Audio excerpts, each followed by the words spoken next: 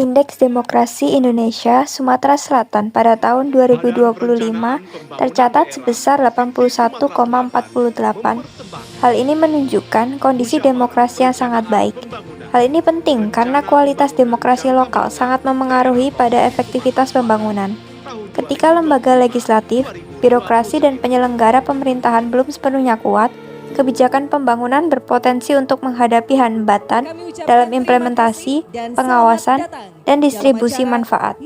RPJMD Sumatera Selatan menempatkan tata kelola pemerintahan yang baik sebagai salah satu misi utama dengan melanjutkan dan meningkatkan pemerintahan yang bersih, responsif, dan melayani, mengembangkan meritokrasi dengan memberikan kesempatan seseorang untuk memimpin berdasarkan kemampuan, menerapkan sistem berbasis elektronik dan keamanan cyber, membangun pendidikan anti korupsi dan adanya keterbukaan informasi publik, dan reformasi birokrasi. Dokumen RPJMD Provinsi Sumatera Selatan tahun 2025 sampai 2029 menunjukkan adanya ketidaksinkronan substansial antara identifikasi masalah pada bab 2 dengan arah kebijakan pada bab 3. Pada bab 2, analisis makro daerah menjabarkan secara komprehensif berbagai hambatan sosial yang krusial yang ditempatkan sebagai akar permasalahan utama daerah. Namun kebijakan kewilayahan yang dibahas pada bab 3 menunjukkan pergeseran fokus yang signifikan, di mana prioritas perencanaan justru didominasi oleh pembangunan hard infrastructure dan optimalisasi ekonomi makro yang mengakibatkan intervensi terhadap peningkatan kapasitas manusia. Tindakan tersebut menunjukkan tantangan ke depan yang akan dialami Sumatera Selatan, yaitu risiko eksklusi sosial.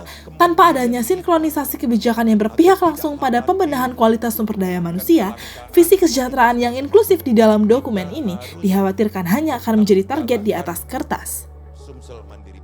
Secara berkala kita harus mengevaluasi kinerja RPJMD Sumatera Selatan ini menarik untuk dibahas karena dokumennya sendiri cukup jujur memetakan masalah daerah, tapi solusinya kurang sebanding dengan masalah yang diakui. Contohnya, soal kesetaraan gender, partisipasi kerja perempuan di Sumatera Selatan hanya 55%, dibanding laki-laki yang mencapai 85%. Tapi target perbaikannya hanya menaikkan 1 poin indeks gender dari 93,7 ke 94,3 dalam 5 tahun. Tanpa target konkret untuk menutup gap itu. Daerah penghasil tambang seperti Muara Enim pun lebih diposisikan sebagai kawasan industri, bukan target pemerataan kesejahteraan. Meski kemiskinan tinggi di sana disebut sebagai anomali oleh dokumen ini sendiri. Begitu juga dengan pengangguran lulusan SMK dan diplomat yang di atas 10%, 2 kali lipat dari lulusan sarjana.